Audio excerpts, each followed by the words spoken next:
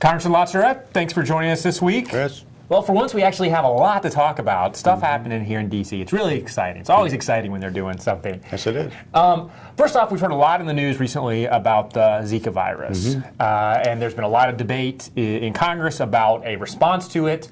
The House passed a Zika bill this week. The amount of money they appropriated was far below what the president had requested. And the White House is actually saying they may veto this bill as a result. Talk to us a little bit about what's going on here. Yeah, you know, as the Zika virus continues to be a concern in the United States, I think here in Virginia, if I understood it correctly, there are 15 cases have been diagnosed in Virginia, for instance. So it's something that folks want to get their hands around. The president has proposed an emergency appropriation of $2 billion to fund it. That didn't go over well in either the House or the Senate. So the Senate has proposed and passed a bill at $1.1 billion. And the House is about half of that, in the $500 million range. And the difference, you know, is what basically is the difference between, aside from the dollar figures, is what separates a lot of the stuff here in Washington. The president's $2 billion would be borrowed, not paid for. The Senate's $1.1 billion would be borrowed, not paid for. And the House is insisting that, you know, their $500 million be offset by spending reductions, and so that it's budget neutral. They'll work it out. I mean, I think everybody wants to have this work go forward so we can get our arms around it, and so it doesn't become, you know, another Ebola type situation. And so it'll happen, but it does sort of, you know, again, sharpen the differences between the attitude of the two parties, you know, and it always amazes me, you know, when you and I go to the store to get a refrigerator, it's, you know, $1,259, and so these numbers sort of like where they're made up. I mean, you know, why did the administration decide it's $2 billion? And so I think it's an appropriate exercise for the United States Congress as the keepers of the purse to say, okay, what are we going to spend it on? How much will it actually cost? Because the one thing that I've learned, you know, being around the government for 20 years is if you give them $2 billion, they're spending $2 billion. You know? So they don't put aside a little bit for a rainy day, or no, you know, it'll be okay. We're going to spend, you know, whatever we have to take care of the problem. No, we got $2 billion, so let's go spend $2 billion. Right. So I think it's good that both houses and the administration have acted. That's a step forward, and I think they'll work out their differences here in the future. And I think it would be unfortunate if the president vetoed it, because he doesn't have the ability to spend $2 billion. And so I think there'll be a negotiation, and at the end of the day, it'll be worked out. We'll talk about another interesting Obama veto threat. So we rarely see the Senate do anything unanimously. And this week they passed a bill that would allow lawsuits stemming from 9/11 against countries including Saudi Arabia, which the president says he's going to veto. And again, this passed unanimously by voice vote. Talk to us a little bit about what's going on here.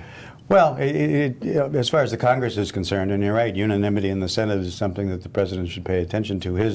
His objections are based upon our foreign policy considerations and the fact that even though there are horrible human rights violations and other things in Saudi Arabia that we don't like, and you know, there's a pretty direct money trail to some terrorism in Saudi Arabia and people in Saudi Arabia, and the fact that a number of the hijackers on September 11th were actually Saudis. But it's a trend that started a number of years ago, one is there was a bill to compensate people who have been the victims of terrorism by a number of terrorist-sponsored states. The Congress dealt with Iran and the holding of the hostages at the end of the Carter, the beginning of the Reagan administration. Libya, while I was in Congress, there was a bill that not only created a fund to compensate people who were injured or died as a result of Libyan terrorism. But in addition, there was, for the first time, an authorization that the United States citizens could sue and seek judgment. And that's what's going on behind this current 9/11 bill. It's entirely consistent with what the Congress has been thinking and doing. I understand the president's foreign policy concerns, but I would just, again, if cooler heads prevail, I suspect this will have the same sort of outcome that the Libyan did, and that is, and we actually here at McDonald Hopkins represented a family who had lost a loved one in a plane that was blown apart by the Libyans. And they were successful under the previous legislation, in suing and receiving a judgment of $1.5 billion.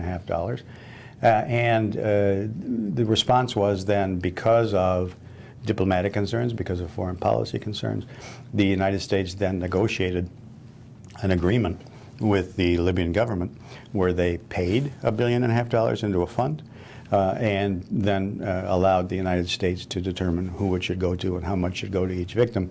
And in that, the lawsuit of our client was subsumed, basically, and so they gave up their judgment, which quite frankly would have been difficult to enforce, but gave up their judgment, but a fund was created, and victims were able to gain some level of compensation. I would hope that path is followed here, so we'll let the president, stake out his foreign policy considerations. We'll let the 9/11 and the Senate folks sort of stake out their belief that this should be happening.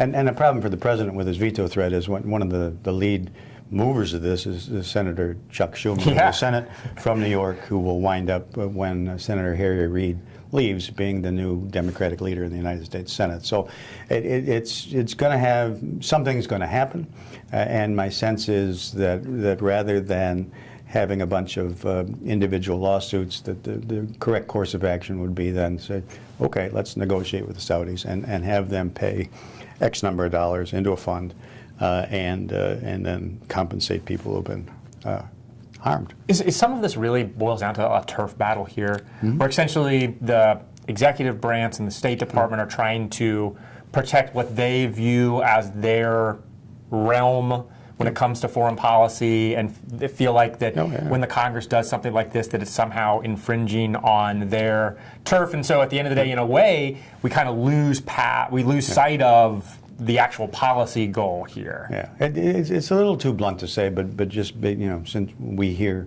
at McDonald Hopkins had experience over the last couple of years with the Libyan issue, I will say that the State Department, regardless of administration, Republican, Democrat, takes the position that Congress foreign policy is not your business. Right. We don't have 535 secretaries of state. We have one, and we have a responsibility to guide foreign policy. And every time you guys and gals on Capitol Hill come up with something that just gums up the works and really makes our jobs harder, I don't happen to agree with that position.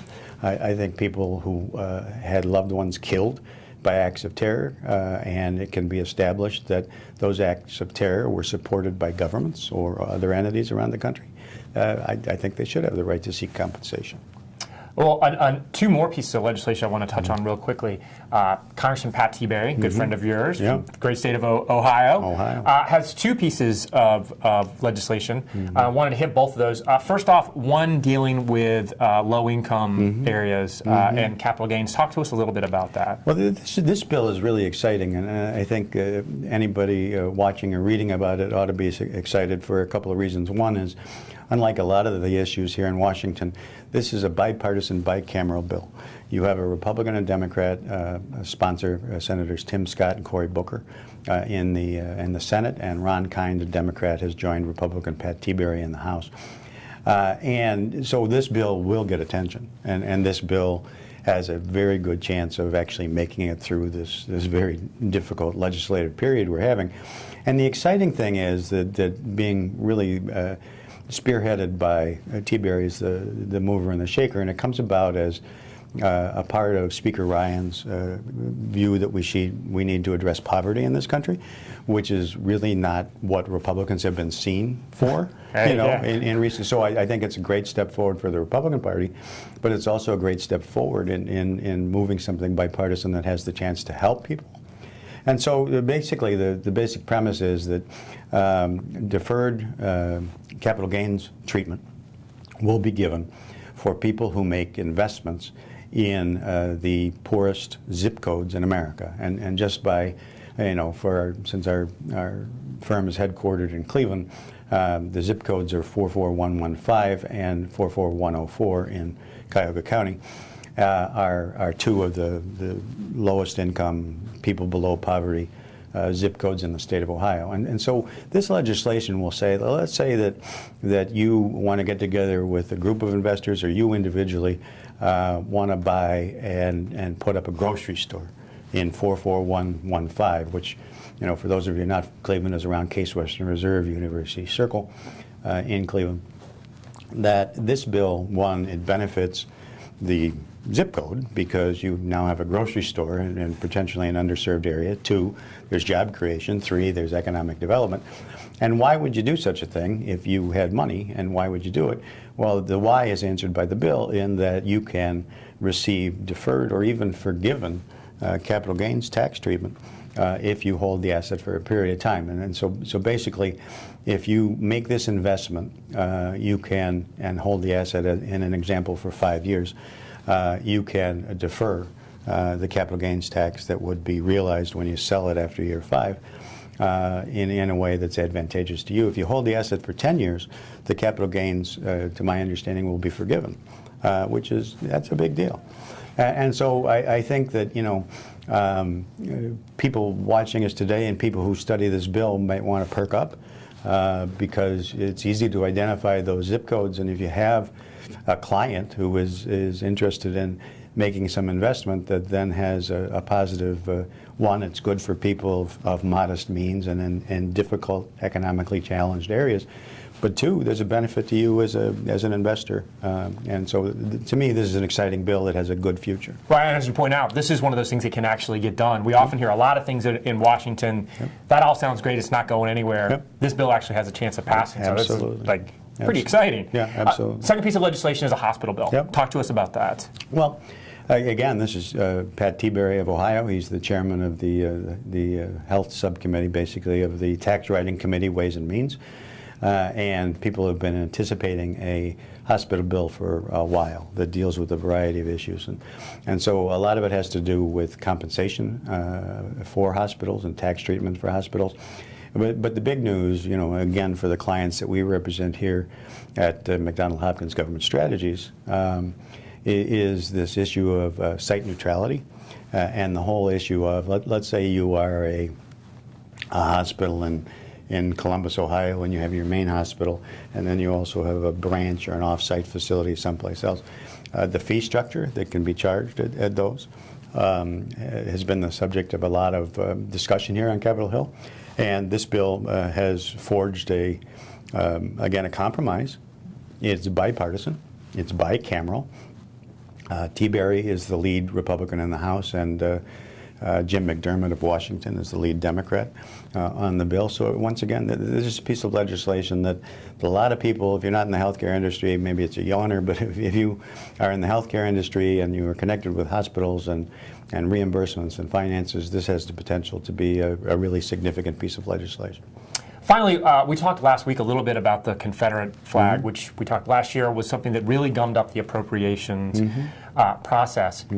Literally, you know, moments before we started filming today on Thursday, the House actually passed a bill limiting the display of the Confederate flag in federal cemeteries. Right. Do you think this is going to be enough to kind of put this issue to bed, at least for now? No. but I think it's significant from the standpoint that, you know, as we've talked about before, this year's sort of Confederate flag or transgender bathrooms last year was a Confederate flag, and so the bills could not move forward because Republican leadership and, quite frankly, some Southern Democrats weren't so anxious to have a vote on this issue. Well, somehow that issue got resolved, and in a very narrow way. It's not a banning of the display of the Confederate battle flag or anything else. But what it does say, and is contained in something known as the Military Construction Appropriations Bill, which funds housing for soldiers and oversees the Veterans Administration and so forth and so on. And basically that the Confederate flag may not be displayed in federally owned, Veterans Administration owned cemeteries.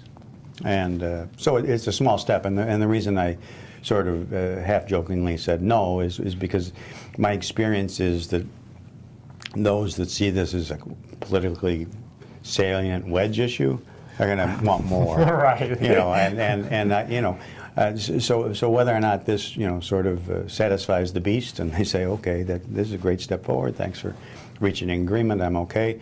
But I think that you'll see, you know, every day I pick up the newspaper and you know, there are statues all across Virginia, obviously where we're located, and here in the district that honor Confederate generals, soldiers. You know, one of the big roads here, Route 1 here in Alexandria and Virginia is the Jefferson Davis Highway.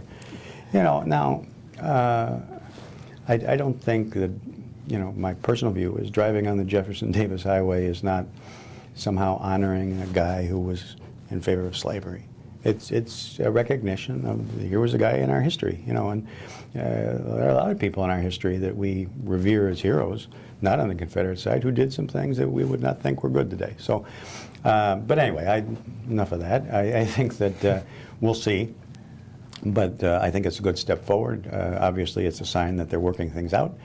But we'll see if it's enough. At least it's a sign that for once, Right. for one small snapshot, and we actually had the House getting together and doing something. Yeah. So, hey, that's great news. I think it's great. So we'll end on that high note. Congressman LaTourette, thank you very much. Chris?